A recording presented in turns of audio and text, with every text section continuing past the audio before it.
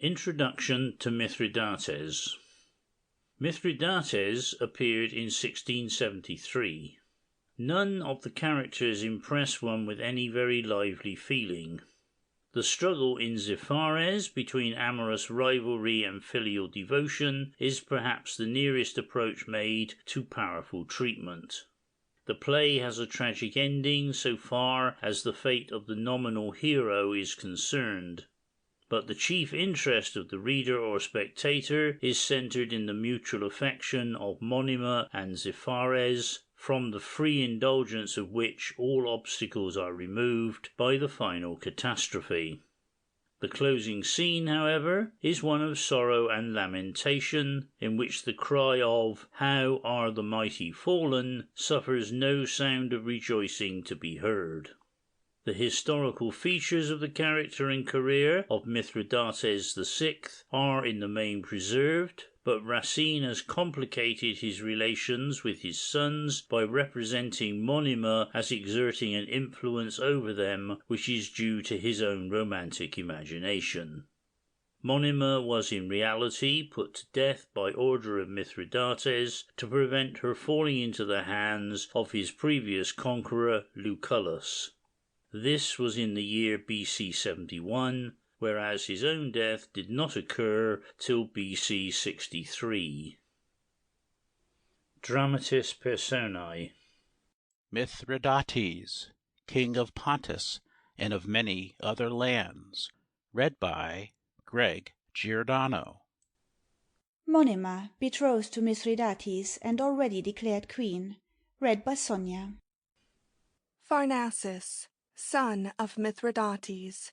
Read by Jen Broda. Xiphares, son of Mithridates. Read by Tchaikovsky. Arabates, friend of Mithridates, and governor of Nymphaeum. Read by Todd. Phidima, friend of Monima. Read by Wendy Katzhiller. Arcas, servant of Mithridates. Read by Joanna Michael Hoyt. Stage directions read by Alan Mapstone. The scene is laid at Nymphaeum, a seaport on the Cimmerian Bosphorus in the Tauric Chersonesus, now the Crimea. Mithridates. A tragedy. Act 1, Scene 1, Xiphares Arbates. We have received a true report, Arbates. Rome triumphs. Mithridates is no more. The Romans in a night attack surprised my father's wonted prudence near Euphrates. The conflict was a long one, but at last his army routed, left him on the field among the slain, and into Pompey's hand. A soldier, as I bear his sword and crown, delivered, thus he who for 40 years has baffled all Rome's bravest generals, and in the East with uniform success maintained the common cause of all her kings, dies, leaving 2 ill-fated sons behind, at variance with each other, to avenge him. You and your brother, Prince, and does desire to mount your father's throne already make you a foe to Pharnaces?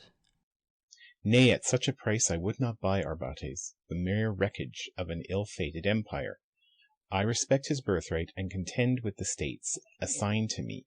We shall see without regret all that Rome's friendship promises fall ready into his hands. Rome's friendship with a son of Mithridates? Is it true, my lord? Aye, Pharnaces has long at heart been a Roman, and now on Rome and Pompey rest his hopes, while I, more faithful to my sire than ever, still to the Romans vow undying hatred. But 'tis the least source of our strife that rises from his pretensions and my enmity. What other motive arms your wrath against him? I shall surprise you. This fair Monima, who won the king our father's heart, of whom my brother since declares himself the lover. Well, Prince? I love her, and may my own passion, now that that brother is my only rival. Doubtless you wonder at the words I speak. But 'tis no secret of a few short days. Long has this love of mine grown up in silence. How could I make you realize its ardor? my earliest sighs, my latest disappointment. But in the state to which we are reduced, 'tis no fit time to task my memory with the recital of an amorous tale. Let it suffice to justify myself that it was I who first beheld the queen, and loved her. Ere the name of Monima had reached my father's ears, her charms had roused a lawful passion in my heart. He saw her and courted her, but with unworthy suit, deeming that she would prove an easy conquest, without presuming to claim marriage honours. You know how warmly he assailed her virtue, and weary of a long and fruitless struggle, absent but never parted from his passion, he, by your hands, sent her his diadem. Judge of my grief, when tidings came that told too truly of the purpose of the king, how Monima, his destined bride, had taken her journey hither under your protection. 'Twas then, odious time, my mother's eyes were opened to the offers of the Romans, whether in jealous rage at these new nuptials, or to procure me Pompey's powerful favour. My father she betrayed, and gave to Rome, the town and treasures to her care entrusted. How did my mother's crime affect my feelings? No more I saw a rival in my father. I thought not of the love his own had crossed, and had no eyes but for my father's wrongs. Soon I attacked the Romans, and my mother, distracted, saw me wounded to the death, recovering the place she had surrendered, and with my dying breath cursing her name. Since then the Euxine has been free, and so remains, from Pontus to the Bosphorus. All owned my father's sway. His fleet victorious found winds and waves its only enemies. More I would fain have done. I thought, Arbates, to march upon Euphrates to his rescue, when I was stunned by tidings of his death. But mingled with my tears, I will confess it, back to my thoughts came charming Monima. Entrusted by my father to your hands in these sad times, I trembled for her life, dreading that in his cruel jealousy the king, as oft before with many a mistress, might means have taken to secure her death. Hither I flew, and 'neath Nymphaeum's walls my anxious eyes encountered Pharnaces, a sight, I trow, of evil augury. You received both of us, and know the rest. Hasty in all his actions, Pharnaces, of his presumptuous wishes, made no secret, related to the queen my father's ruin, and since the king was dead, offered himself to fill his place. Nor will his deeds fall short of words. I too will show what I can do. The love that bade me reverence a sire, to whom from childhood I have owned submission, this very love, now rising in revolt, scorns the authority of this new rival. Either the suit I venture to advance must be by Monima herself rejected, or else whatever ill may come of it, she shall not be another's while I live. Thus I have told the secrets of my heart. With you it rests to choose the side you take. Which of us seems the worthier of allegiance, the slave of Rome, or Mithridates' son? Proud of her friendship, Pharnaces no doubt thinks to command all here, and to dictate to me where I refuse to own his power. His heritage is Pontus, Colchis mine, and ever have the Colchian princes claimed this Bosphorus as to their realms belonging. Whatever strength I have is at your service. My choice is made already. I will do my duty, and the selfsame zeal and valour with which I served your father and maintained this place against your brother and yourself, now that the king is dead, shall aid your efforts against all foes. Had it not been for you, my certain death would, I know well, have followed your brother's entrance, and my blood have stained these ramparts which he vainly sought to storm. As to the queen, you need not fear her choice, and for the rest, unless false shadows mock me, Pharnaces soon will leave you master here, to reap elsewhere the harvest of Rome's bounty. Thanks, dear Arbates. But I hear a footstep. Leave me, my friend. 'Tis Monima herself. Scene 2. Monima, Ziphares. My lord, I come to you, for if today you help me not, then my last hope is gone. Orphaned and friendless, full of fears, forsaken, long called a queen, yet all the time a captive, a widow now, though never yet a wife, these are, my lord, the lightest of my woes. I tremble in your ears to breathe the name of my oppressor. But a heart so great will not, I trust, to ties of kindred blood between you, sacrifice the tears of grief. Ay, now you know his name. 'Tis Pharnaces. 'Tis he, my lord, whose criminal presumption would by main force fast bind me to himself in wedlock, that to me were worse than death. What baleful star must on my birth have shone?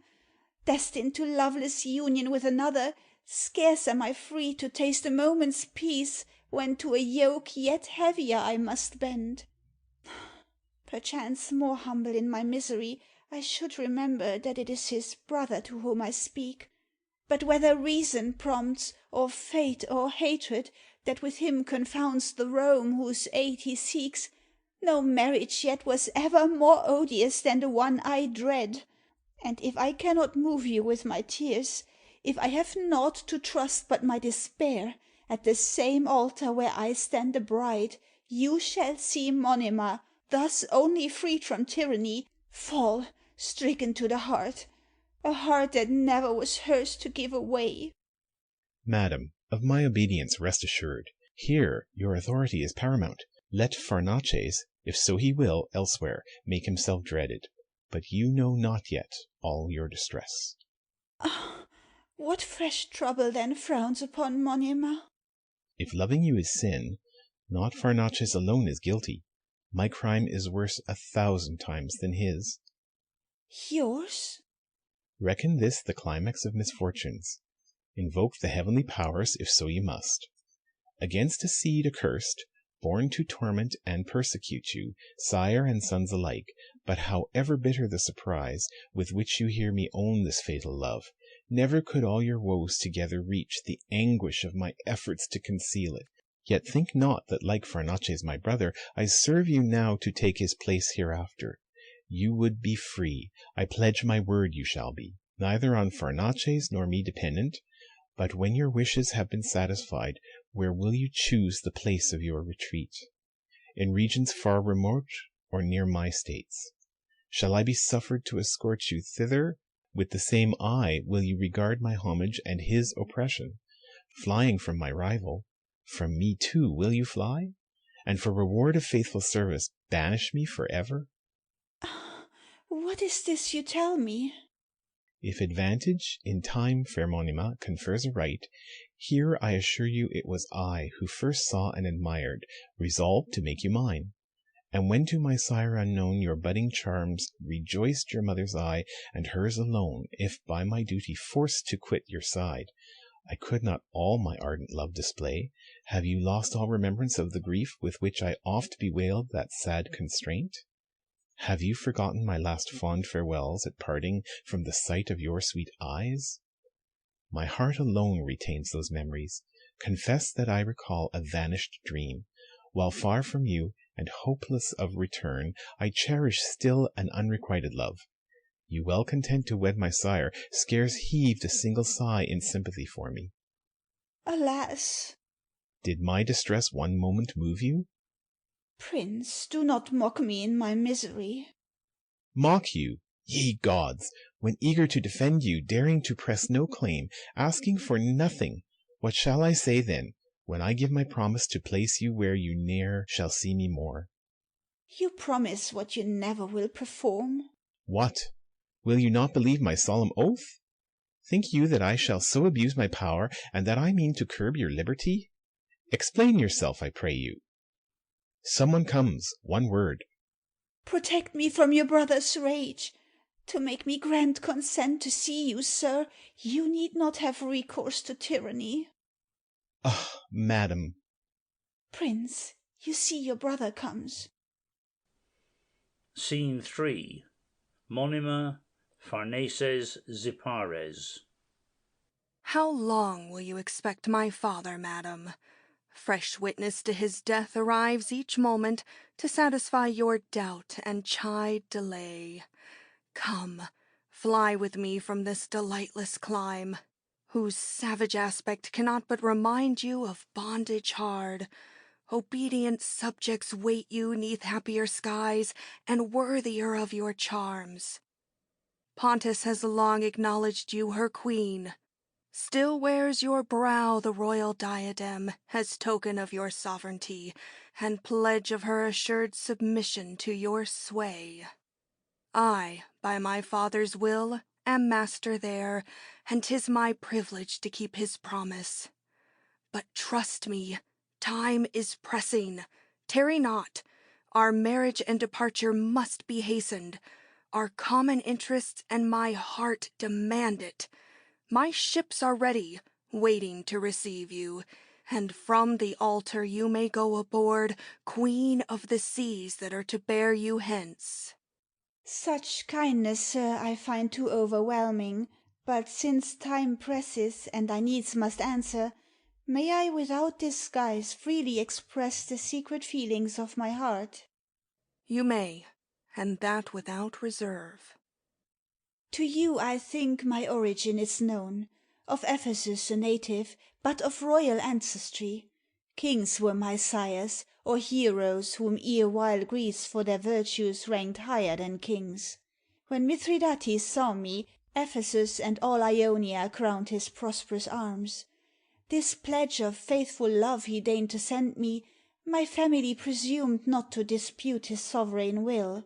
A slave, though crowned, I went to be his bride as fortune had ordained.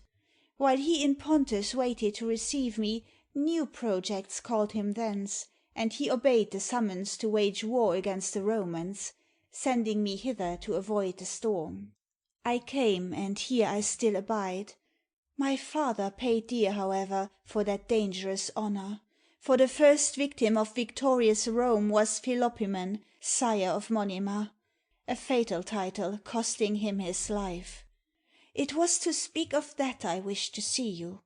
However justly moved to indignation, I have no army to oppose to Rome. Helpless I witness all her injuries, no sceptre mine, nor soldiers to avenge me, only a heart to feel. All I can do is to be faithful to my filial duty, nor in my father's blood imbrue my hands by wedding you, the sworn ally of Rome. Why speak you thus of Rome and her alliance? Why this suspicion and these words of anger? Who told you that the Romans are my friends? Can you, my lord, deny that so it is? How could you offer welcome as a queen to me, where all the land is in their power? Did not a secret treaty with the Romans smooth your way thither and secure your throne?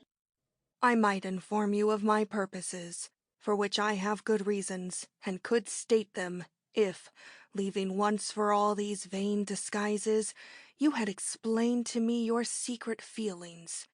But now, long baffled, I begin to gather the meaning of your manifold excuses. I see an interest you would fain conceal. Another than a father prompts your speech. Whatever motive may inspire her words, at least, sir, they deserve no doubtful answer, nor should you your just resentment against Rome one moment hesitate to burst in fury. What, after having learned our sire's disgrace, slow to avenge him, swift to fill his place, shall we forget our honor and his blood? We know that he is dead, but he may lie unburied, while your soul, eager with hope, dwells on the thought of hymeneal bliss. This king, whom all the East, full of his feats, may justly name her last and greatest hero, in his own realms deprived of funeral rites, or laid dishonored mid a meaner crowd, perchance accuses heaven's unjust neglect. And two unworthy sons who dare not fight for vengeance, why should we lurk longer here? If any prince still free in all the world, Parthian, Sarmatian, Scythian, loves his freedom, there let us find allies and march beside them, to live or die, true sons of Mithridates. Whatever love beguiles us, let us think rather of rescue from a foreign yoke, than of constraining hearts that will not yield. He knows your feelings. Was I wrong, fair lady? Your father and my fancied league with Rome are but the pretext for a stronger reason. Her secret feelings are to me unknown, but if I thought like you that I could read them, I would submit my claims to their decision. You would do well, and I too know my duty. I am not bound to copy your example. Here know I none at least who may presume to shape his conduct on another model. So might you boast in Colchis, I admit. Here and in Colchis is my right the same. Not here, I ween, if you would scape destruction. Scene 4. Monima, Pharnaces, Zipares, Phedima.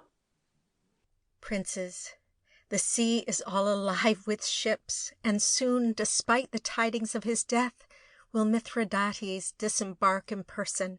The king! My father! What is this I hear? Despatch boats have arrived to bring the news. 'Tis he himself, and prompt to pay due homage, Arbates goes to greet him ere he lands. Zipares to Monima. What have we done? Monima to Zipares. Farewell, prince. Wondrous tidings. Scene 5. Pharnaces, Zipares. Pharnaces aside. The king returns. Ah, cruel stroke of fortune. My life and love are both in jeopardy. The expected Romans will arrive too late. What shall I do? To Zipares. I know your heart is sore. I can imagine her sad words at parting, but this is not the time to speak of that. Cares more important task our thoughts today. The king returns, perchance implacable. More dreadful he, the more unfortunate. The peril is far worse than you suppose. We verily are guilty, and you know him, how rarely tenderness disarms his rage. His sons can have no more relentless judge has shown to 2 of them who died the victims of mere suspicion. We have greater reason to fear, each for himself and for the queen. I pity her the more he loves her. For amorous ardor piques his jealousy, and hatred ever far outstrips his love. Place no reliance on his past affection. His jealous fury will burn all the fiercer. Consider well. The favor of the army is yours. I speak not of mine own resources. Be ruled by me. Let us secure our pardon, make ourselves masters of this place, and so force him to offer to his sons such terms as they shall be contented to accept. I recognize my guilt, and know my father, my mother's crime besides have I to bear. But though my eyes are dazzled still with love, when comes my sire, I cannot but obey him. Let us at least be faithful to each other. You know my secret, I have read your own. The king, devising ever dangerous wiles, will turn our slightest words to our destruction. You know his way, how tenderness can mask deceitful hatred. Lead, and I will follow, since it must needs be so. But while submitting to duty, let us scorn to act the traitor. End of Act 1.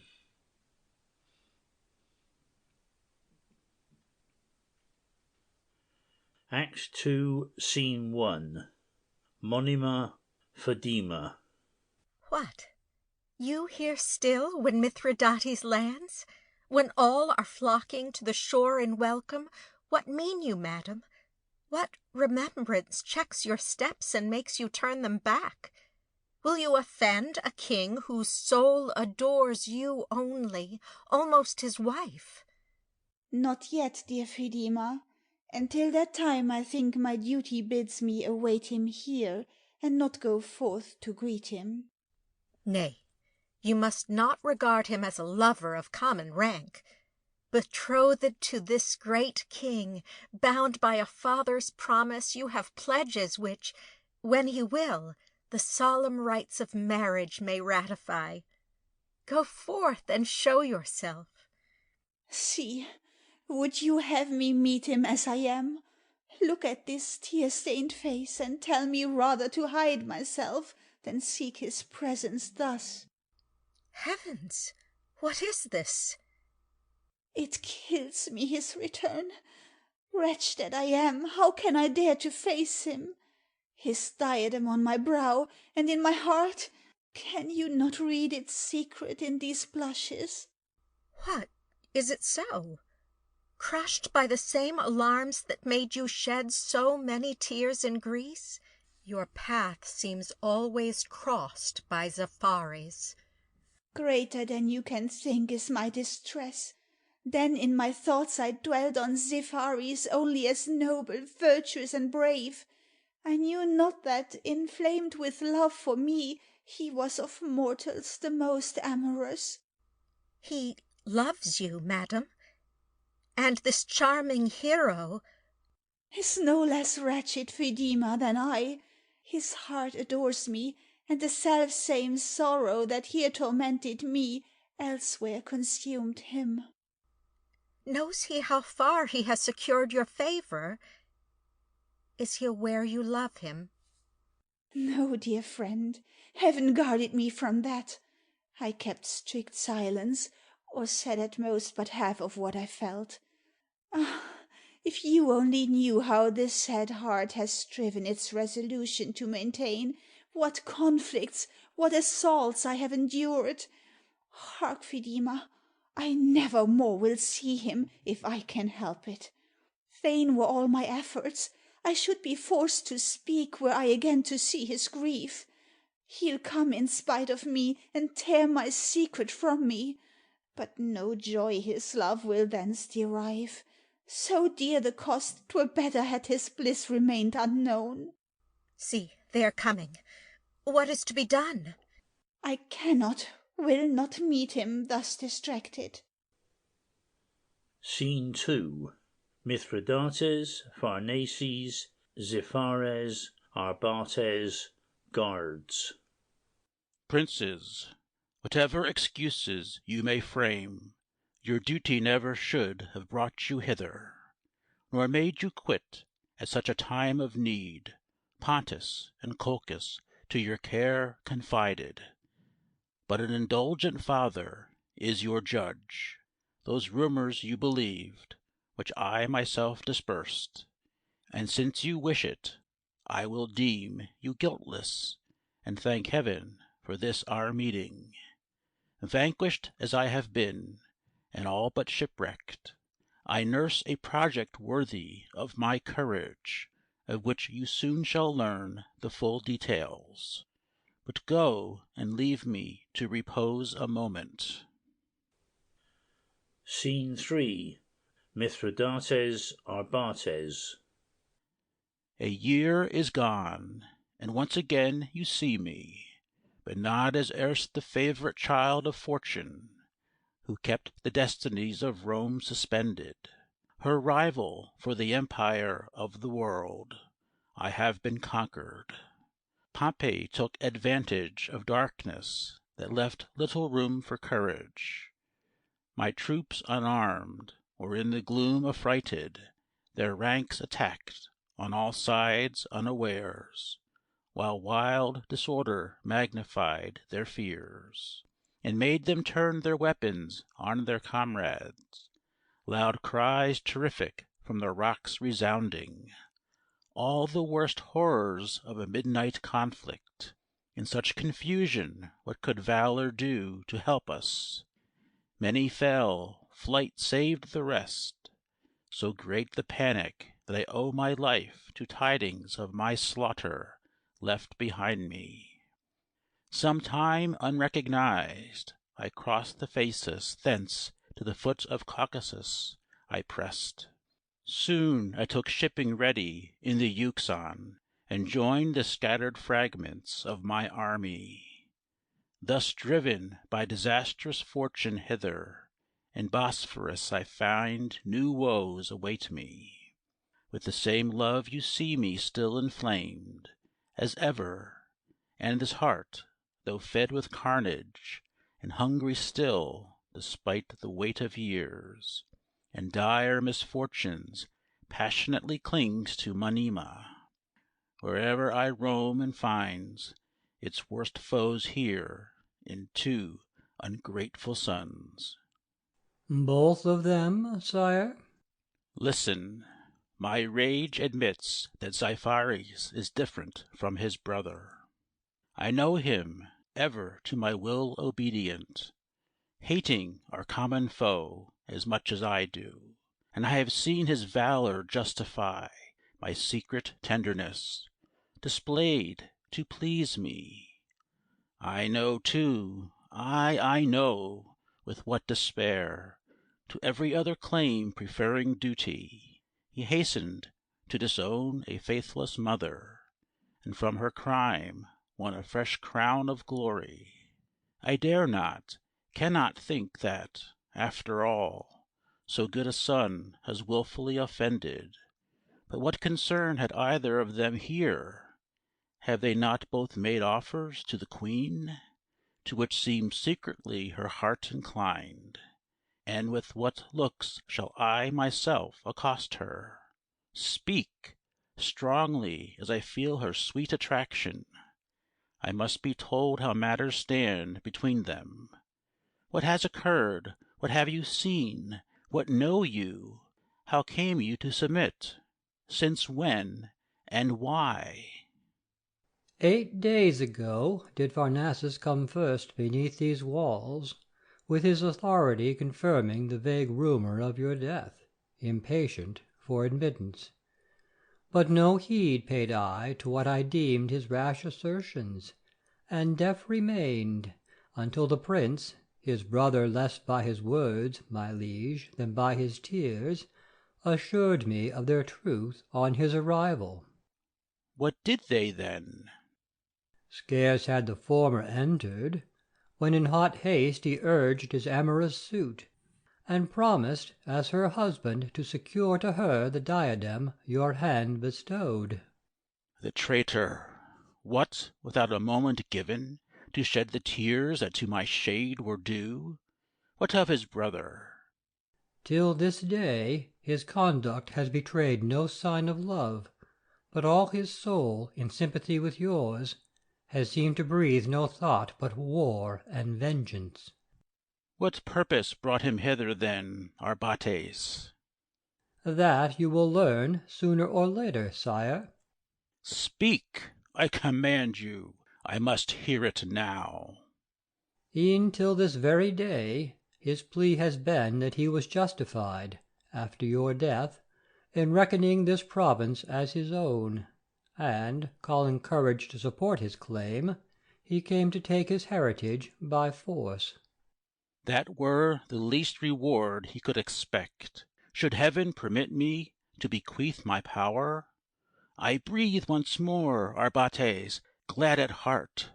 I trembled, I confess, both for a son beloved, and for myself, lest I had lost so sure a stay, and found myself at war with such a rival, not like Pharnaces, who has so long confronted my displeasure, and, holding Rome in secret admiration, has ne'er opposed her but with sore reluctance, and with favour Monima regards him, lavish elsewhere of love that is my due. Then woe betide the wretch who comes to rob me, defies his father, and disdains his yoke. Say, does she love him? Here she comes, my liege. Scene 4. Mithridates, Monima. Madam, kind heaven at last has brought me back to you, and seconding my tender wishes, restores you to my love fairer than ever. I little thought that I should have to wait so long to celebrate our marriage rites, nor that misfortune, marking my return, would show my sorrow rather than my love.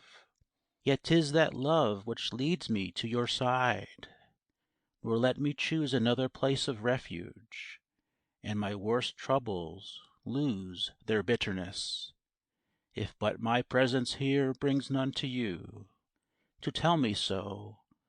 Only vouchsafe to hear me. Have you not long looked forward to this day? You wear a pledge of my sincerity, which ever tells you that you are my own. Come then, and let us seal our mutual vows. Far hence the voice of glory summons us, and, without hindrance to this grand design, wedded to-day, we must depart to-morrow. Your will is law. The authors of my life their sovereign empire have on you conferred.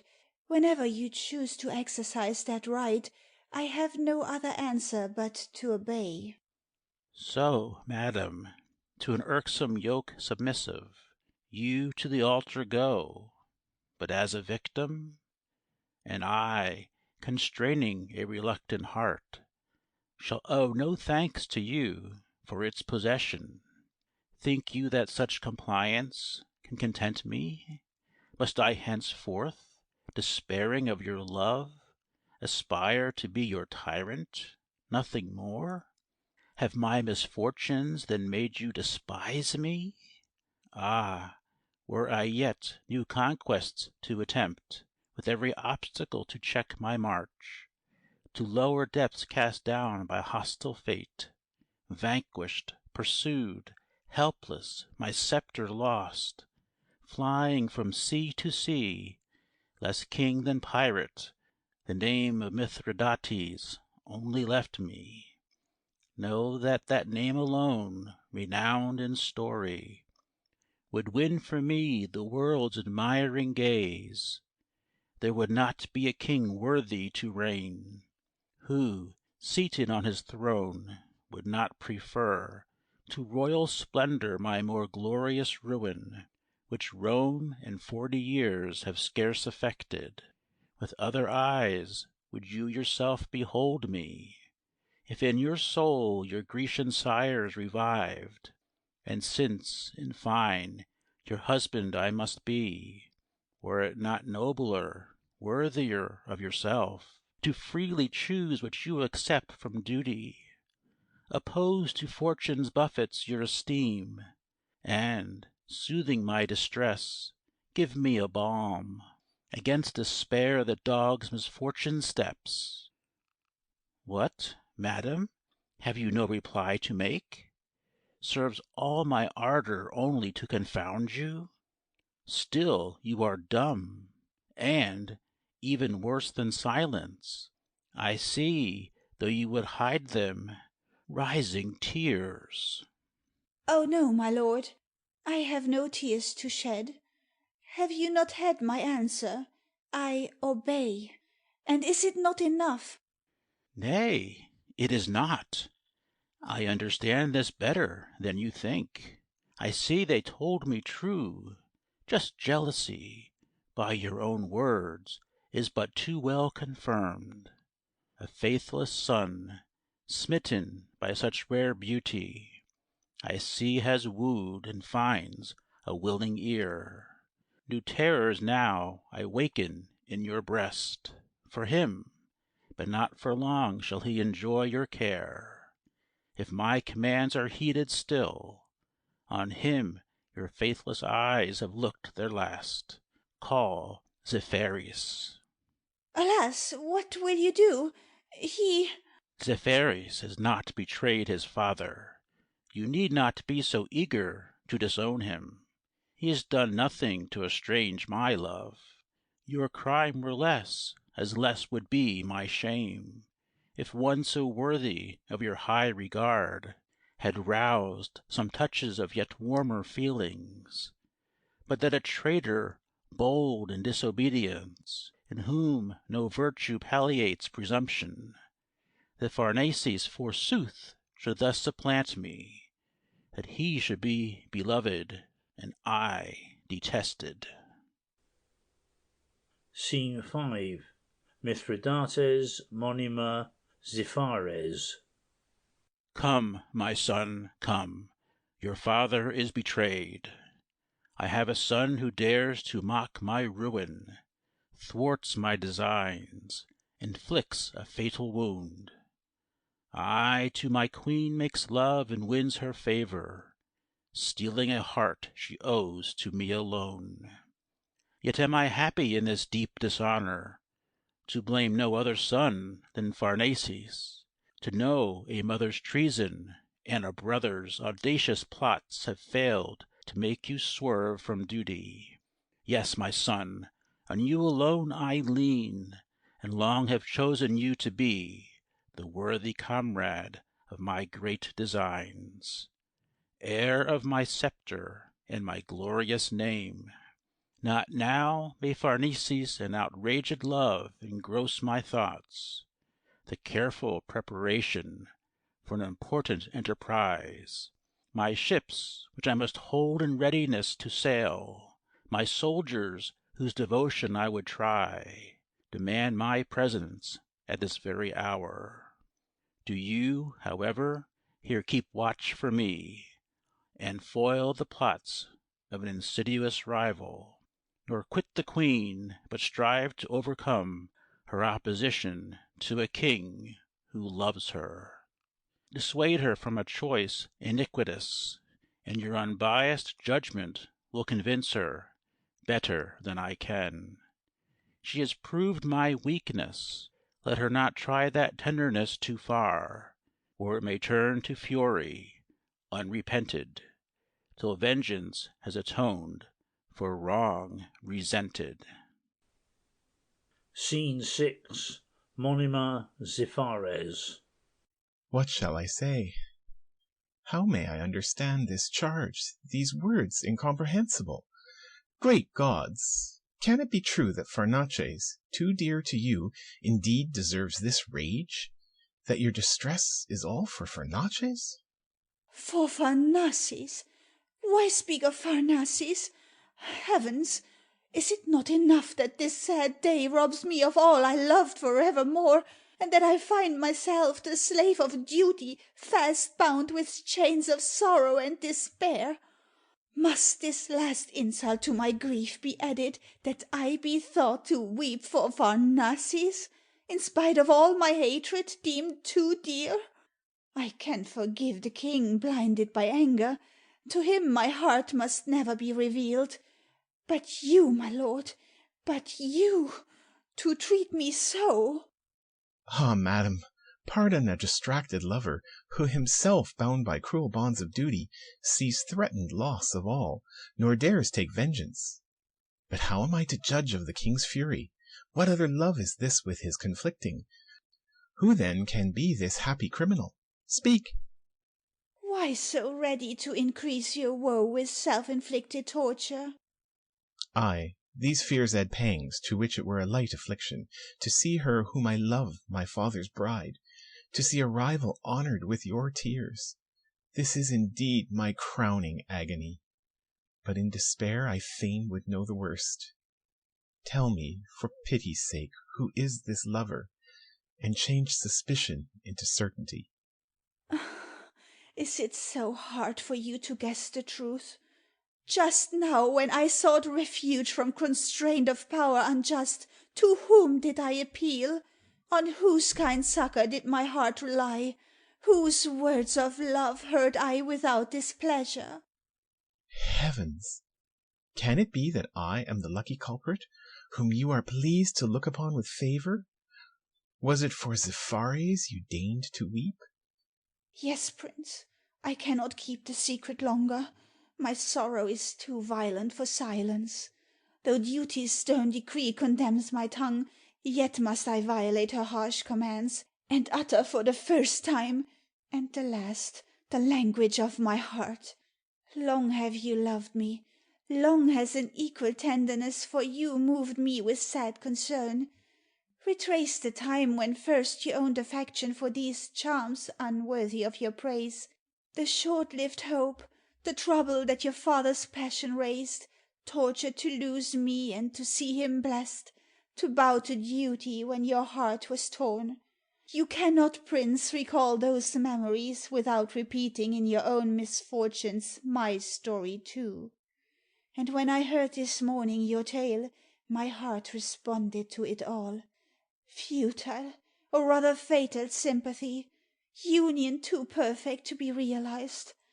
Ah, with what cruel care did heaven entwine two hearts it never destined for each other!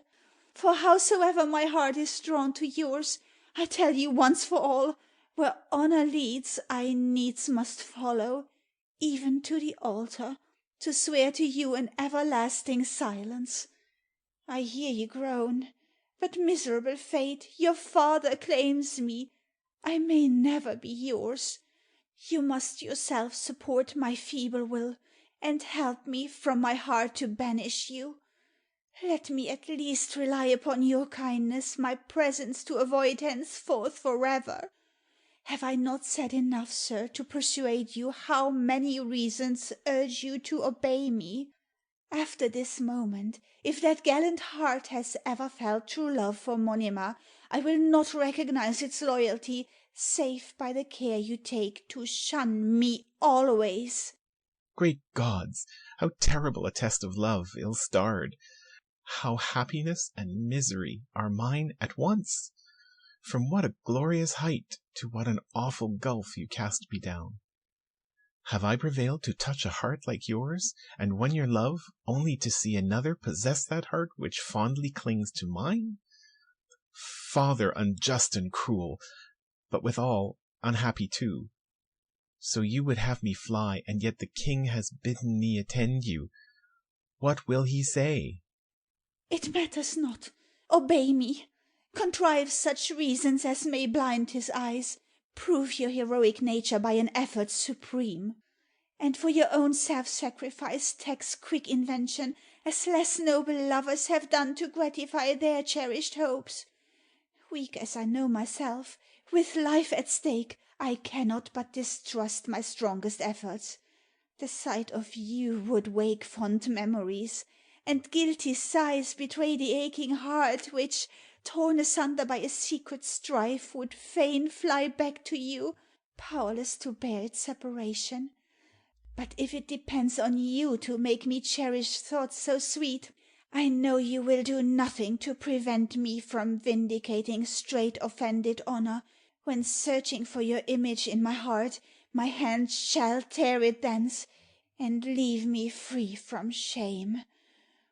But while yet a few brief moments are left us, how I take a fatal pleasure in seeking to prolong the risk I shun, and wish the more I speak for one word more. Oh, but I needs must force myself to fly, nor lose in parting words the feeble relics of firmness. Prince, I go. Farewell. Remember, see me no more. Prove worthy of my tears.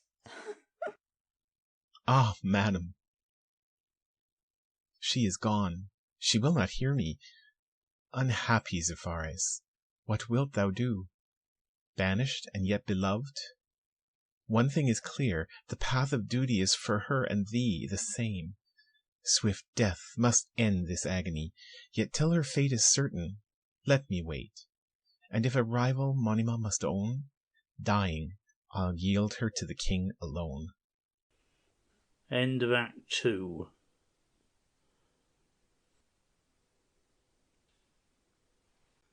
Act 3, Scene 1. Mithridates, Pharnaces, Zephyres. Draw near, my sons, at last the hour is come, my secret purpose to display before you. All things conspire to aid this noble venture. Nothing remains but to inform you of it. I am a fugitive, so hostile fortune has willed, but my life's history you know too well to think that, long courting concealment, I should await my hunters in these deserts. War has its favors as it has its losses, already more than once my course retracing, while, by my flight deceived, the foe in triumph rode through the streets of Rome mid idle plaudits, engraving his vain victories on brass, displayed my conquered realms in captive chains. The Bosphorus has seen me with fresh fleets, swarming from all her marshes, spreading terror, and from astonished Asia, chasing Rome's battalions back, undoing in a day work of a year. New times demand new cares, fiercer attacks have overwhelmed the East. Its plains are covered with yet vaster hosts of Romans, whom the war at our expense enriches.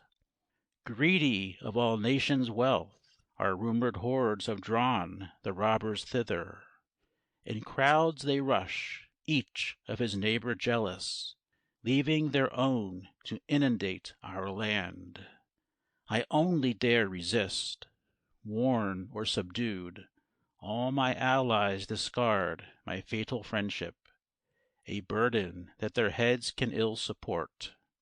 Pompey's great name makes his success assured. All Asia's dread. I will not seek him there. Nay, 'tis to Rome, my sons, I mean to march. Surprised at this bold stroke, you think perhaps despair alone can give it birth to-day. I pardon your mistake. Projects like this seem folly till successfully accomplished. Do not suppose that Rome from us is parted by ramparts of eternal separation. I know each mountain pass that I must traverse, and, if not thwarted by untimely death, instead not set it farther 3 months hence, and you shall mount the Capitol with me. 2 days upon the Euxine, never doubt it, will waft us westward to the Danube's mouth. Scythia with me has sworn a strict alliance, which lays the entrance into Europe open. There, gathering our forces in their ports, their troops will join our ranks, and at each step, Dacians, Pannonians, Germans swell our numbers, all wait but for a leader to repel the common tyrant. Have not Spain and Gaul sought to excite my vengeance 'gainst those walls that Brennus once laid low? Yea, Greece herself has by her envoys months blamed me for lack of vigor. Ready to overflow on them, this torrent, bearing me along, they know will whelm them all. And to prevent its ravage, they'll guide and follow me to Italy. There will you find Rome's name in horror held supreme, the fires still smouldering through the land which Freedom kindled with her dying breath. No, princes, 'tis not in earth's realms remote Rome's galling fetters weigh most heavily. The nearer that she is, the more abhorred. Rome's greatest enemies are at her gates.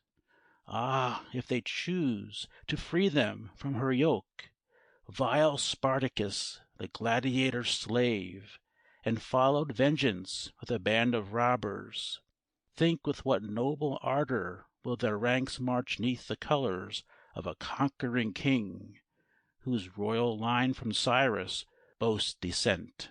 Think, too, how we will take her by surprise, stripped of the legions that might else defend her, were they not all busied in my pursuit.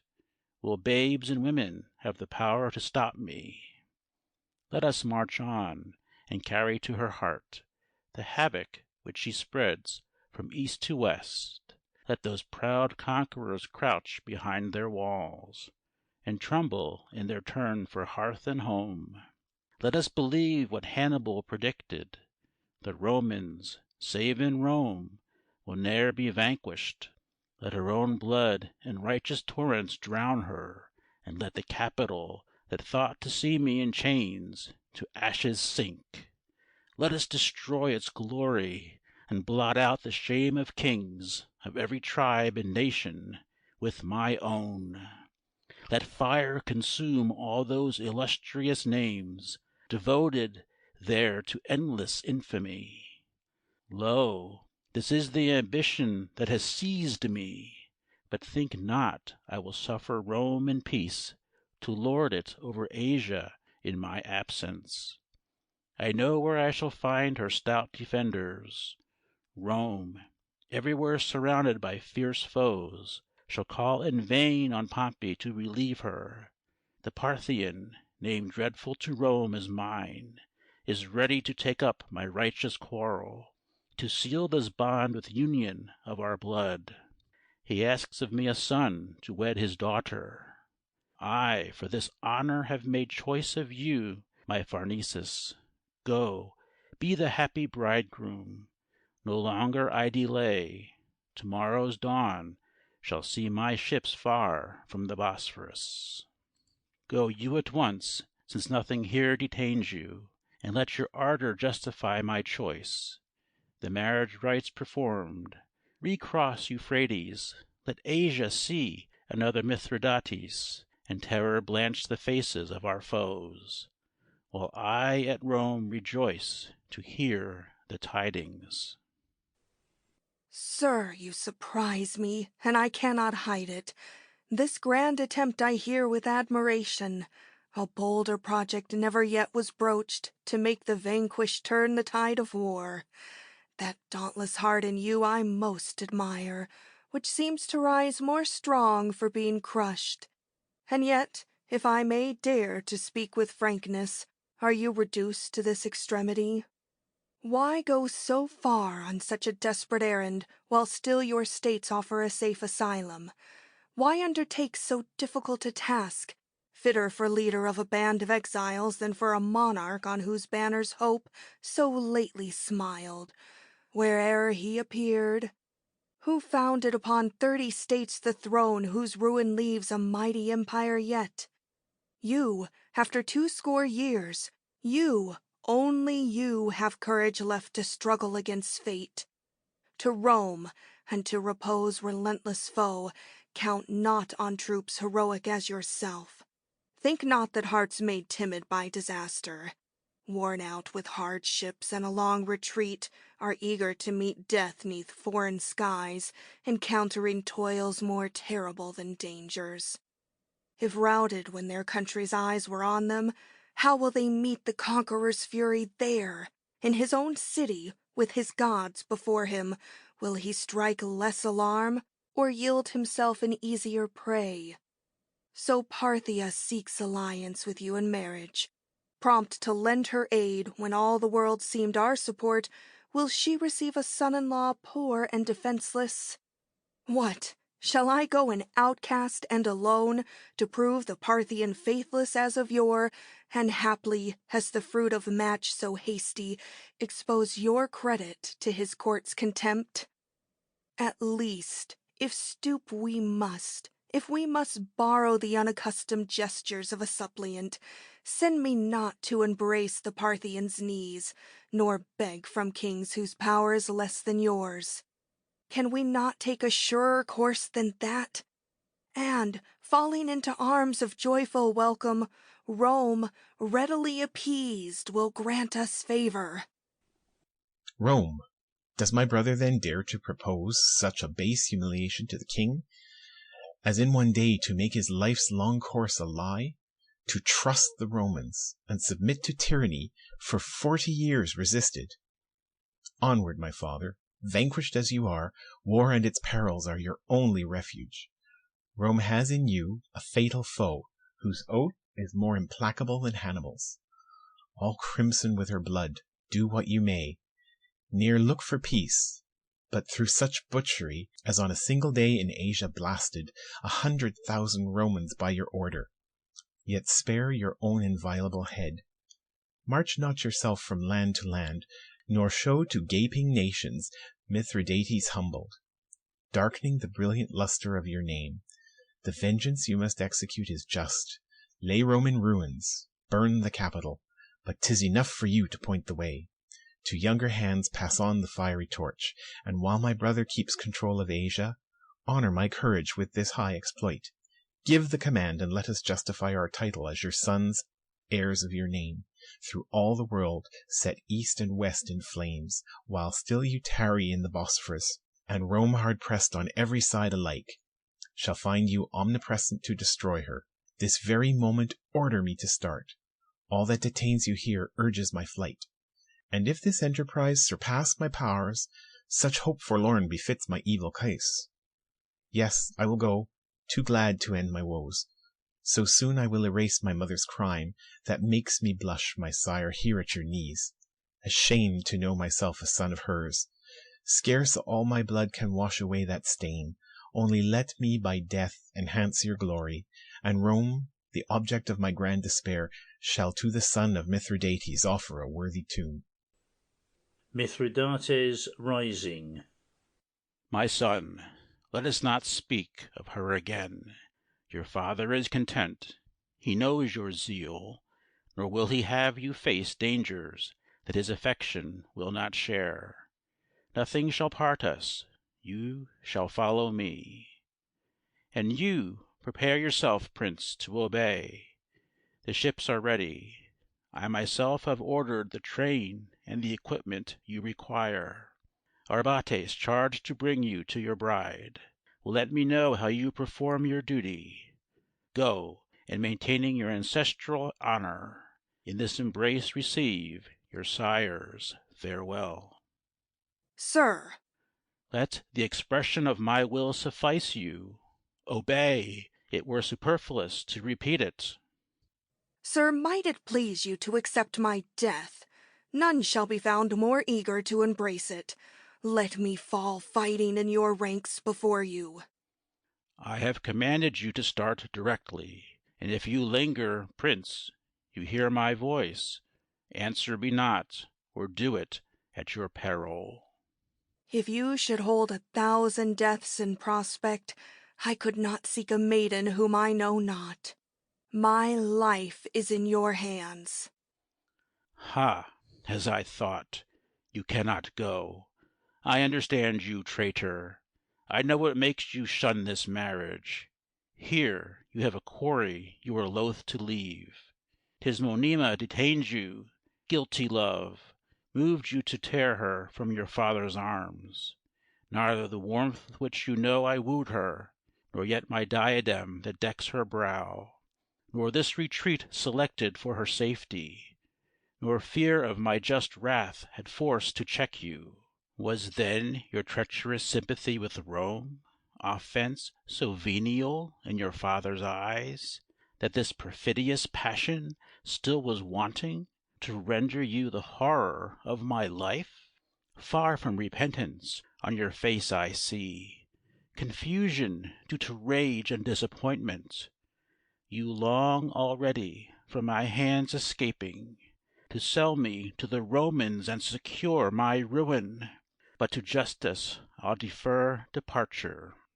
Ho there, guards! Scene 2. Mithridates, Pharnaces, Ziphares, guards. Arrest the traitor! Ay, him there, Pharnesis! Go, quit him not till you have locked him safely in the tower. 'Twere idle to assert me innocent. Yes, it is true, my love deserves your hatred. My love is hers. You have been told the truth. But Zephyrus has not revealed the whole. What he has said is less than what he hides. And this devoted son should have informed you that he, long smitten with the self-same passion, loves the queen also, and is loved by her. Scene 3. Mithridates, Ziphares. Sir, can you think me guilty of a scheme? My son, I know your brother's villainy.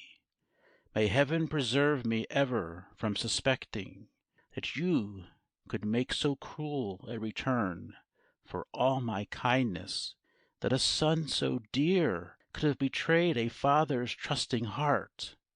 I'll not believe it. Go, far be the thought. Henceforth be all my mind bent upon vengeance. Scene 4. Mithridates. I'll not believe it? Vainly flattering hope. You do believe it, wretched Mithridates. Is Zephyrus my rival? Does the queen conspire with him? And dare she to deceive me? On whatsoever side I turn mine eyes, all hearts have lost their loyalty to me. Friendless without, within my home betrayed, Pharnesus, Monima, and thou my son, thou too, whose virtue solaced my disgrace. But know I not this Pharnesus a traitor? How weak am I to trust his baffled fury, whom spite and envy arm against his brother, or whose despair, inventing idle tales, to save himself would make all others guilty. Nay, I'll believe him not, nor be too hasty, but probe the truth. Yet where shall I begin? Whose witness will convince me? By what proofs? Ha! Heaven inspires me with a sudden thought. I'll call the Queen. Yes, without going further, I'll hear her and rely upon her witness. Love greedily believes what gives it pleasure. If he has won her heart, none else so can show it. Let me see which of the two her love will charge. They have deserved a snare I scorn to use. 'Tis lawful to deceive deceivers, and to unmask treachery. But here she comes. A skilful falsehood now shall mock her hopes and make her truth a vow. Scene 5. Monima Mithridates. My eyes at last are open, and I own the claims of justice. 'Twere a sorry gift to charm so rare to offer you a hand, burdened with age and a long train of troubles. Fortune and victory have heretofore with 30 crowns concealed my hoary head, but it is so no longer. Once a king, I am a fugitive, old and disgraced. My brow, despoiled of all its royal honors, too plainly shows the ravages of time. Besides all that, 1,000 schemes engross my care. You hear the shouts of troops prepared to start forthwith. Once more I man the vessels that brought us. Nuptial rites would ill consort with hurried flight. Nor can I let you share my shattered fortunes in this desperate quest. But think no more of Pharnesus, for justice claims sacrifice on your part as on mine. I will not suffer this rebellious son, whom I have banished from my sight forever, to own a heart which was denied to me, and bring it into friendship with the Romans. My throne is due to you. Far from regretting the gift, there will I place you ere I go.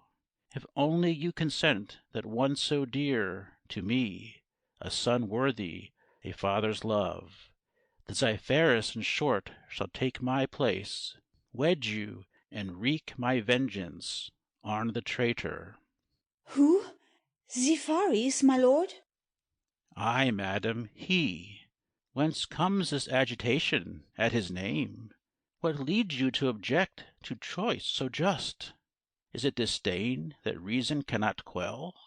He, I repeat it, is my second self, victorious in the field, a son who loves me, by me beloved, the foe of Rome, the heir of my renown, that will revive in him. And whatsoever pledge you may have taken, 'tis only to his hands that I'll resign you. What say you? Gracious heaven, can you approve? Oh, why, my lord, why try me so severely?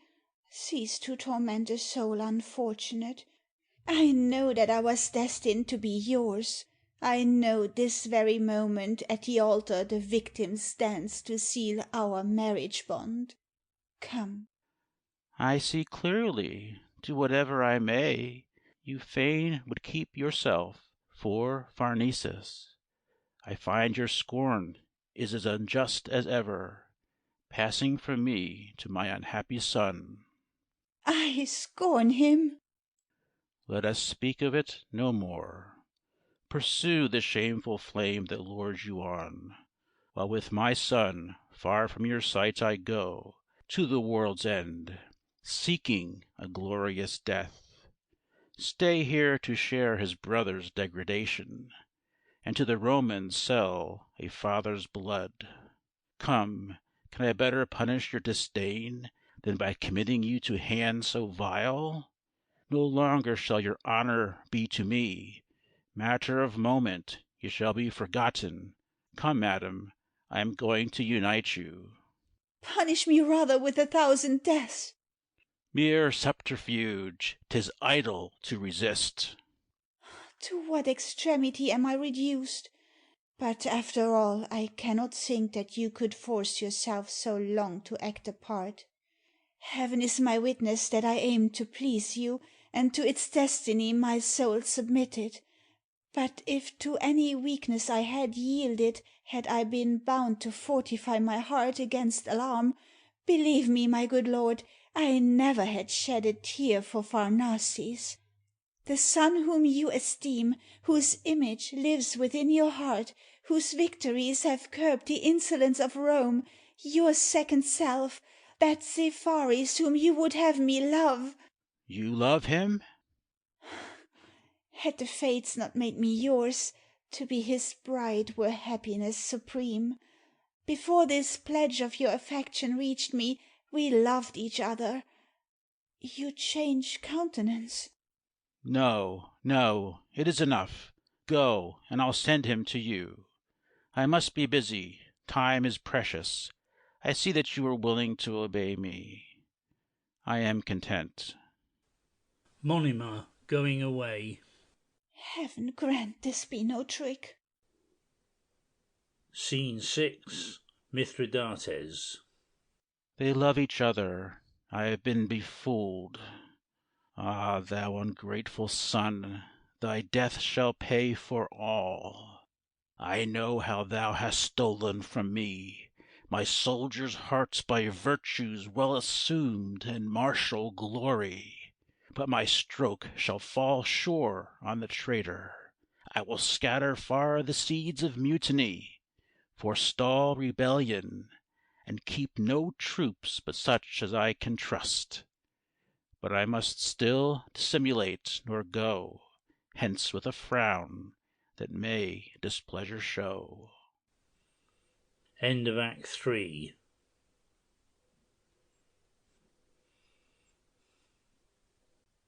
Act 4, Scene 1. Monima Phodema. Oh, in the name of heaven, dear Phidima, do what I wish, see what is going on, and bring me word. My heart is ill at ease, torn by 1,000 terrible suspicions. Why tarries Zepharis? What holds him back, now when his father's sanction crowns his vows? His father said that he would send him hither, but may he not have feigned, finding it needful to disavow the truth, while I disclosed my inmost heart? Has heaven abandoned me, and suffered my unguarded love to bring upon my lover's head the king's resentment? When thou, dear prince, with passionate entreaty didst urge me to confess my cherished secret, full 20 times I cruelly refused, and even punished thee for having torn the veil aside.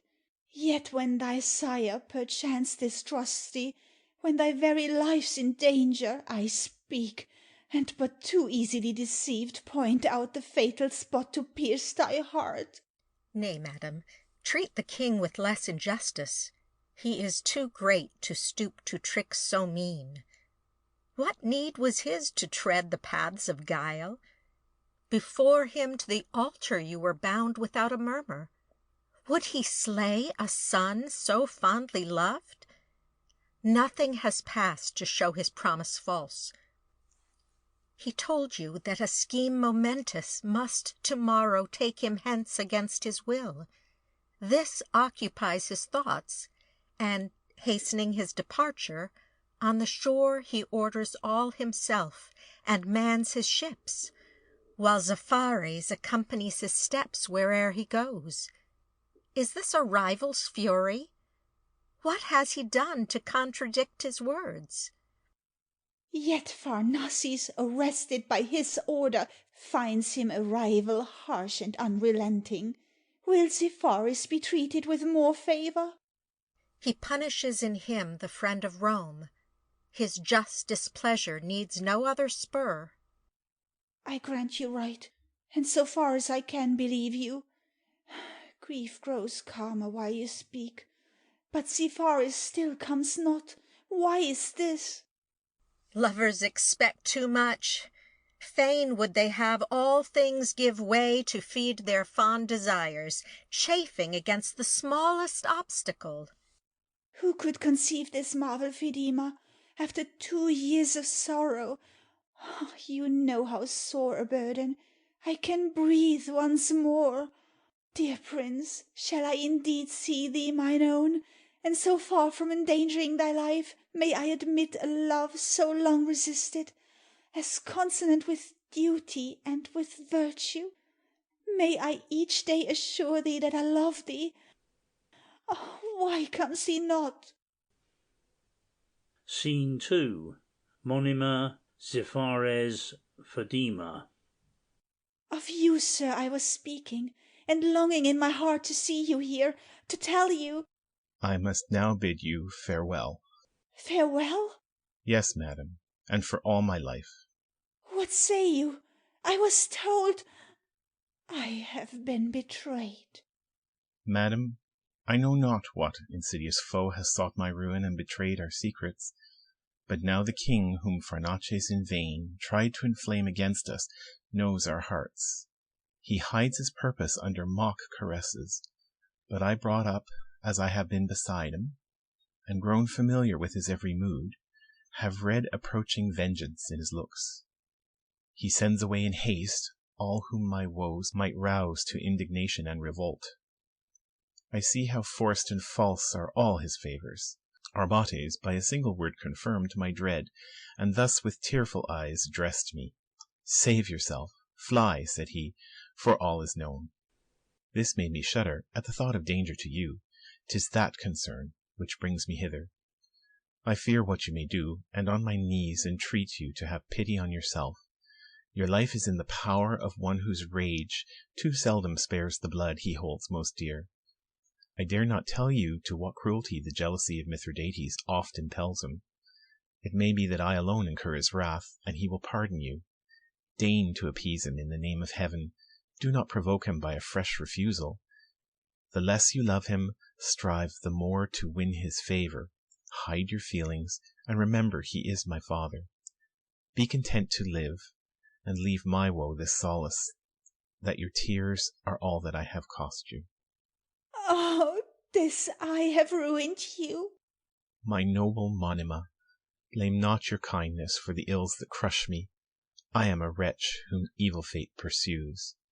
'Tis she who robs me of my father's love, makes him my rival, made my mother rise against him, and has roused a secret foe at this disastrous moment to betray us. What? Is the traitor still to you unknown? To add to my distress, I know him not. Happy were I, if, ere my own destruction, I might transfix that false and treacherous heart. Then from my lips learn who this monster is. It needs not to search far to find your foe. Let not regard restrain you. Strike, my lord. The guilt is mine. 'Tis me you have to punish. You? With what depth of cunning cruelty he took my tender feelings by surprise! How well did he affect to love you truly! So pleased he seemed that I should be your bride. Who would have thought? But no, love should have been more cautious than to trust to specious falsehood.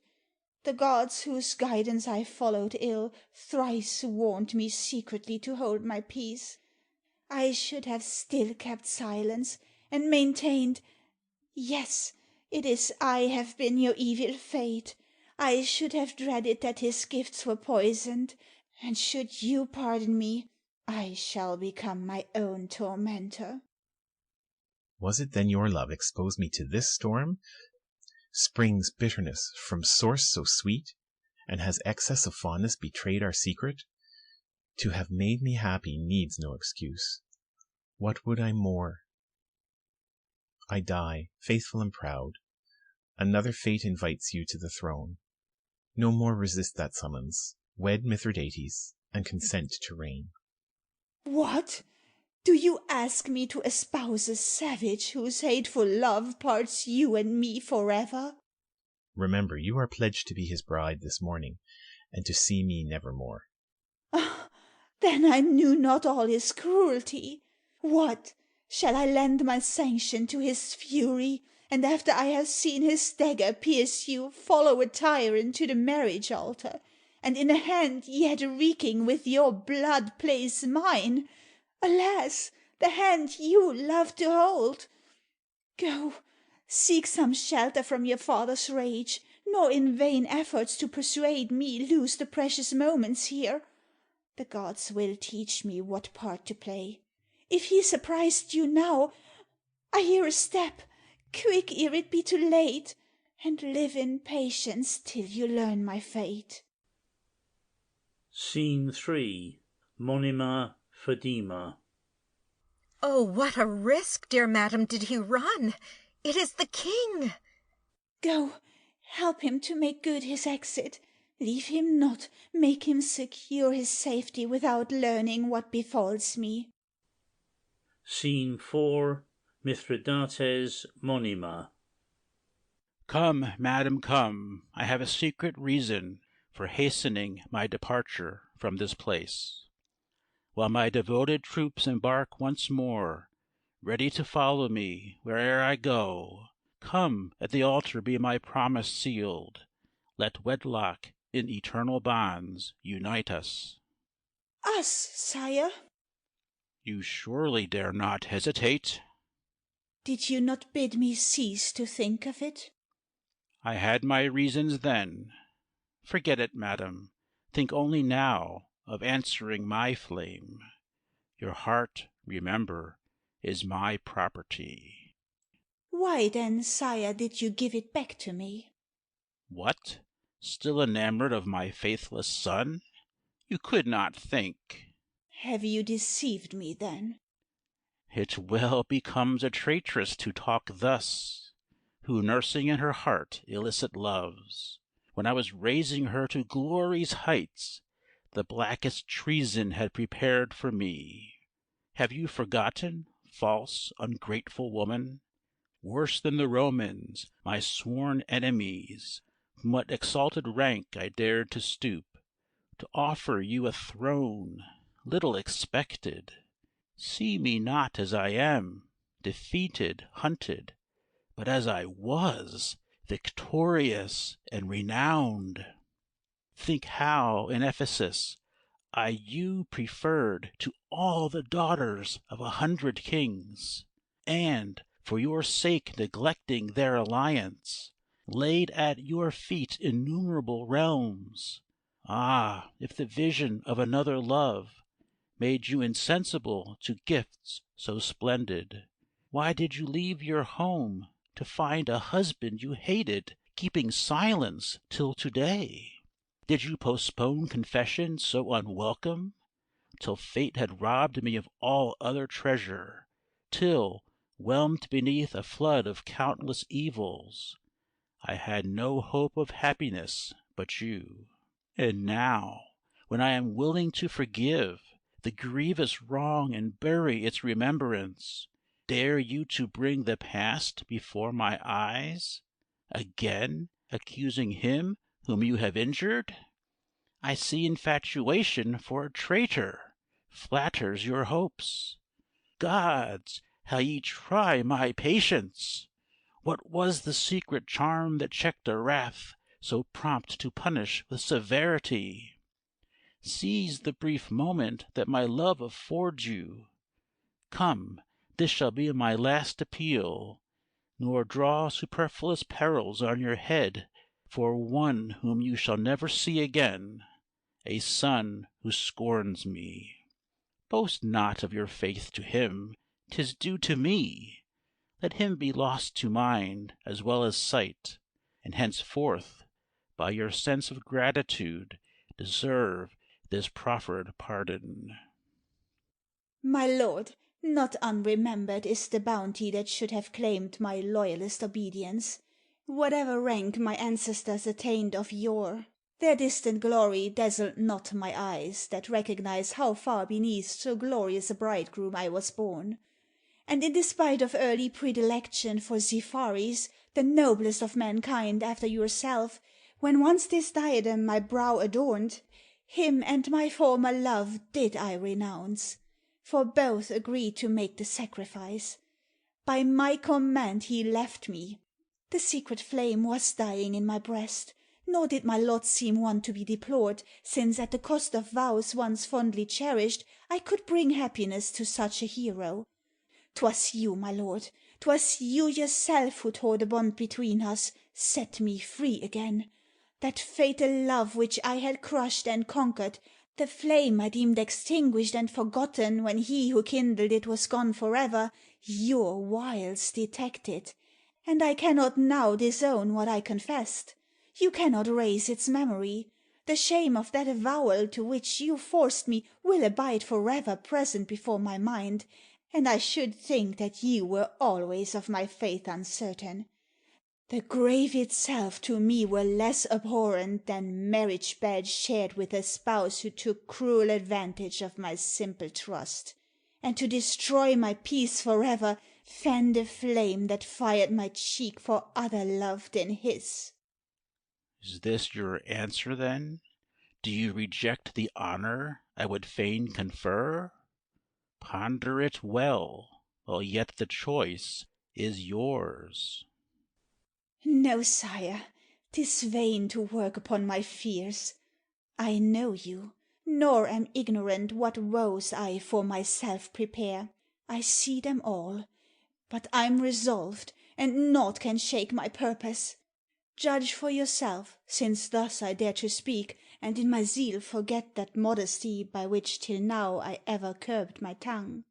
You from my hand unwitting took the knife to stab a son whose secret I betrayed, a son whose passion bore no stain of guilt, and though he only feared to lose your love, his death must follow.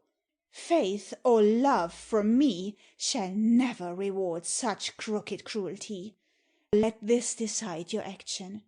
Slay a rebel, you have me in your power, spare not to use it. You can command, and I can wait the sentence. I beg but one thing ere I take my leave. Justice demands this tribute to desert. Believe me the sole traitor. No accomplice have I, and full success would crown your wishes, did I but heed the wishes of your son. Scene 5. Mithridates. She leaves me, and in silence, like a coward, I seem to sanction her audacious flight. My heart is almost ready to pronounce myself too cruel, and to take her side. Who am I? Is this Monima? Am I no longer Mithridates? Rage returns. No lingering love shall make me pardon her. 3 wretched victims shall appease my fury. At once, ere I set sail with Rome before me, this sacrifice shall render heaven propitious. 'Tis right, 'tis easy, all the most seditious, who might have helped them have been far removed. No matter which I love or which I hate, first Ziphares himself shall meet his fate. What am I saying? These are words of madness. Who is it thou wilt sacrifice? Thy son, the dread of Rome, who may avenge his sire? Why should I shed blood to myself so precious? Ah, fallen as I am, and brought so low, find I those friends too many who are left me? Nay, let me rather foster his affection.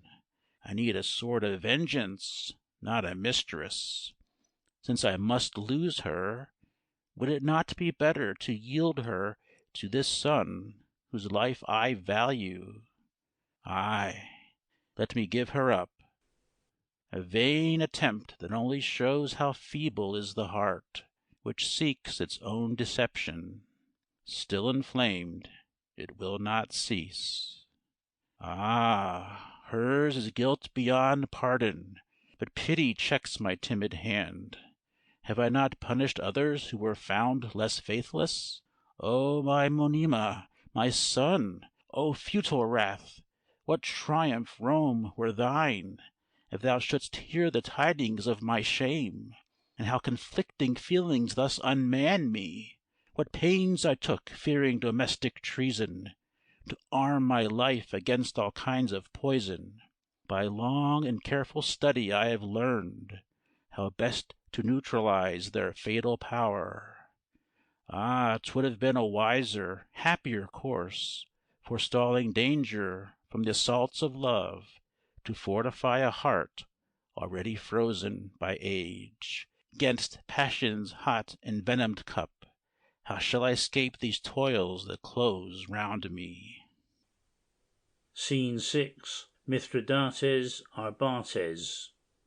Sire, all your troops refuse to go, detained by Pharnaces, who has to them revealed that for fresh warfare you are bound for Rome. What? Pharnaces? His guards he first seduced, and the mere name of Rome alarms the boldest. 1,000 frightful dangers they imagine. Some, in their vehemence, embrace the shore. Others, who were aboard, plunge in the waves, or flash their weapons in the sailors' eyes. Confusion reigns, our orders disregarded. Peace they demand, and talk of self-surrender, and Pharnaces, who flatters all their wishes, heads them, and offers in the name of Rome the peace they seek. Traitor, let Zephyrus be summoned quickly. Let him follow me, and lend me succor. What he means I know not, but to the port he suddenly has flown, and, followed by a band of trusty friends, they say he has been seen among the rebels, and that is all I know. What news is this? Traitors! Too long has vengeance been delayed. I fear them not. Despite their insolence, my presence will put down this mutiny. Ah, let me only see them, and before their eyes this hand shall slay 2 impious sons. Scene 7. Mithridates, Arbates, Arcas. Sire, all is lost. The rebels, Pharnaces, the Romans, all are crowding thick around us. The Romans! Aye, the shore is full of them, and you will be beleaguered here full soon. Hence, then, in heaven's name! To Monima. Hear me, perjured princess. No profit shall you reap from my misfortune. End of Act 4.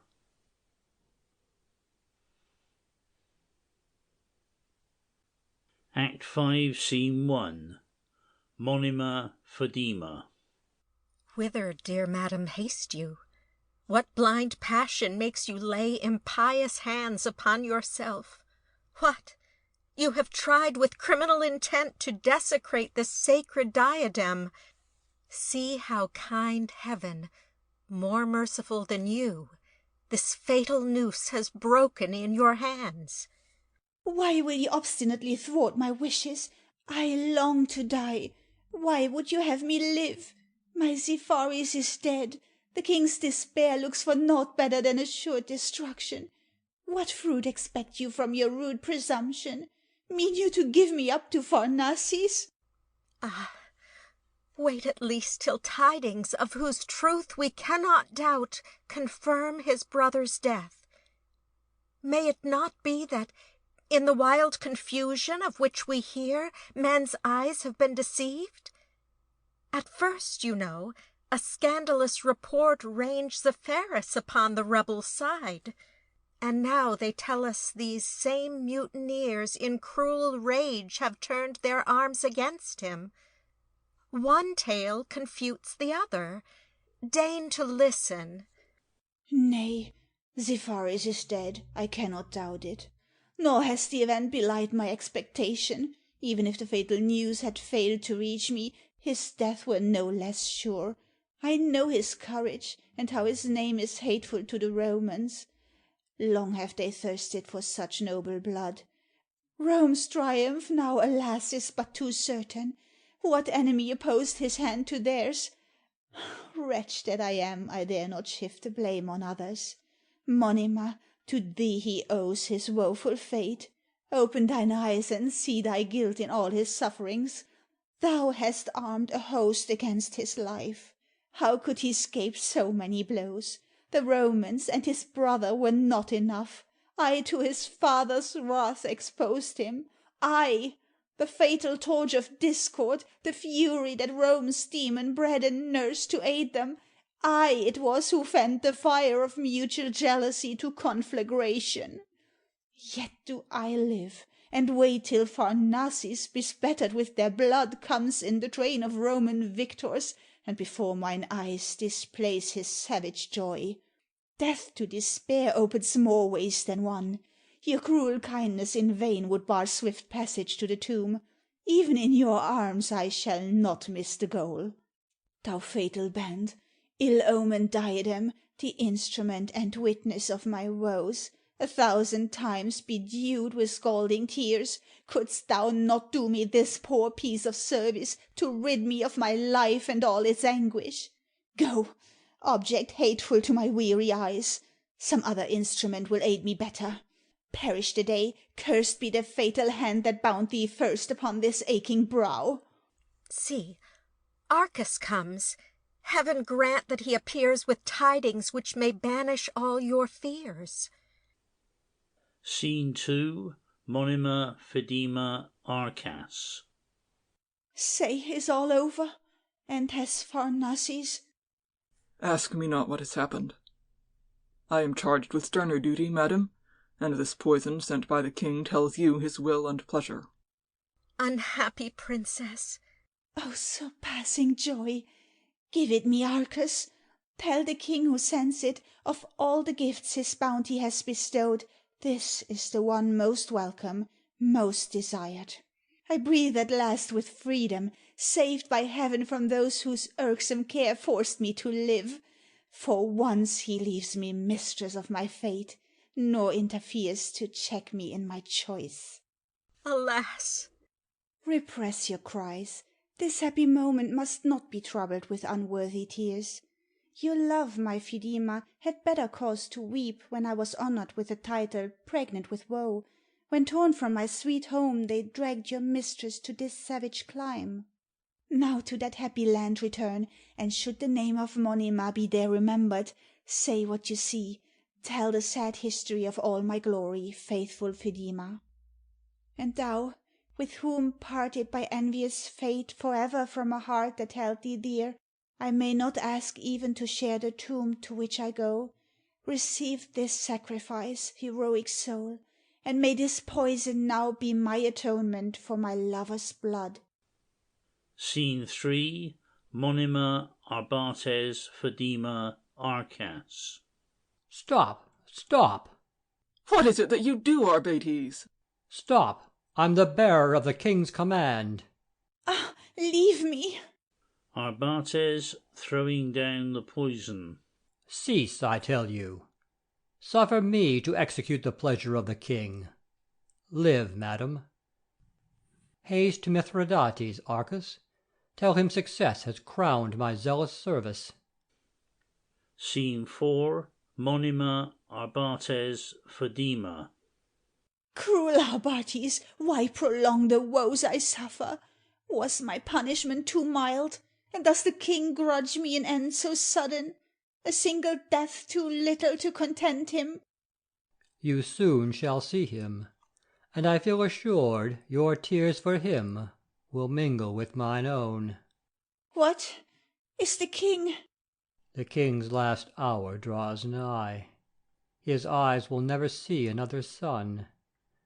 I left him bleeding, borne upon a litter, and, weeping, by his side went Zephares. Great heavens! Zephares? Am I awake? I tremble and can scarce believe mine ears. Is he yet living? Zephares, for whom— He lives, with glory crowned, with grief overwhelmed. The tidings of his death, here spread abroad, not you alone have needlessly alarmed. The Romans, crying out in all directions the fatal news, chilled every hopeful heart. The king, himself deceived, shed bitter tears, and looking forward henceforth to defeat as certain, by a rebel son hard pressed, despairing of relief, and all but forced to yield, and seeing, to increase his pangs, the Roman eagle with his standards borne against him, to no higher aim aspired than to avoid the shame of a surrender into their hands alive. First he tried poisons, such as he knew most deadly in effect. He found them all harmless and impotent.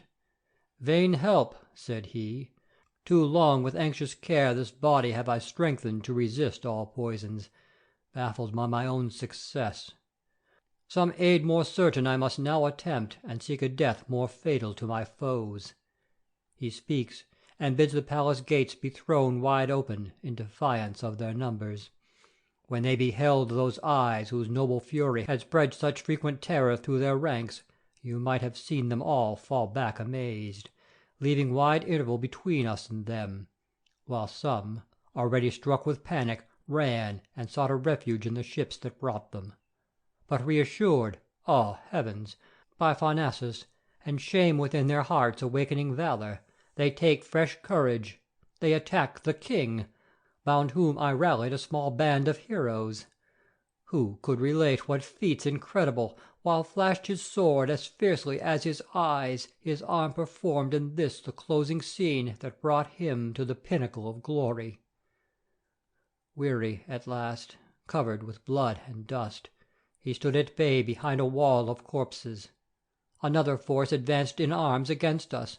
The Romans all, ceasing to fight elsewhere, joined with united strength to overwhelm him. Then said he, "Dear Arbates, 'tis enough. My fury has outrun my failing powers, yet never will I yield myself alive." So saying, in his breast he plunged his sword. But fate refused to free his mighty soul, and in my arms with gaping wound he lay, exhausted, chafing at death's slow approach, and vexed that life still lingered in his veins.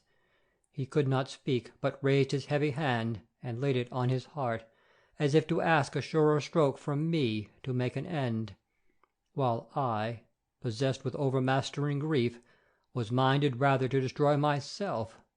With loud and sudden shouts the air was rent, and I beheld a sight most marvellous. From every quarter fled, routed, and vanquished the Romans to their ships with Pharnaces, and drawing near my dazzled eyes discerned victorious Ixares in hot pursuit. Oh, heaven is just!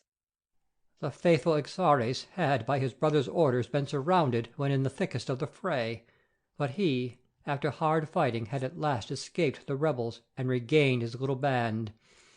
E'en in the jaws of death, with keen delight across 1,000 corpses had he hewn his way victorious to his father's side. Alas! What horror to that joy succeeded! Lifeless he would have fallen at his feet, had we not rushed opposing his despair. The dying king at that sad moment fixed his eye on me, and said, with feeble voice, "Run, if there yet is time, and save the queen." My fears aroused for you, for Ixares, suspecting secret orders had been given, all weary as I was, alarm and zeal inspired fresh strength, and to my feet lent wings. And some relief it is, mid all our woe, thus to have warded off this latest blow. Ah me! At this sad end of all his greatness my horror-stricken heart is thrilled with pity. I would to heaven that I had had no share in such a consummation of disaster, and free from self-accusing thoughts might weep merely to witness woe so terrible. He comes. Ah, what a piteous sight appears, the father dying, and the son in tears. Scene 5. Mithridates, Monima, Ziphares, Arbates, Phedima, Arcas, guards supporting Mithridates. Alas, my lord, how dreadful is your fate! Cease, and let both of you restrain your tears. Pointing to Xiphares. From his devotion and your tenderness I look for other feelings than compassion. My glory rather claims your admiration. Sully it not with sighs and lamentation. As far as in me lay, I have avenged the world, and death alone has balked my efforts to strike a mortal blow at tyranny. The enemy of Rome, I spurned her yoke, and in the roll of those heroic names, whose hatred has opposed her, mine will stand preeminent for dear-bought victories that fill her annals with unlucky days. 'Twas not in heaven's decrees that I should die amidst the ashes and the wreck of Rome, but my last moments by this thought are soothed. Full many a foe has fallen ere I fell. Full deeply have I dyed my hands with blood, and I have seen the Romans fly ere death darkens my sight. To Xiphares my son I owe this boon. He spares my dying eyes their hateful presence. To repay this service, my glorious empire in its palmiest days were not enough. And now for throne and sceptre I have but you. Let me present that gift, and all the love which for myself I claimed, I asked you to bestow on Xiphares. Live, my dear lord, for the world's happiness. Live for her liberty, which rests on you alone. For triumph over your vanquished foes. For vengeance.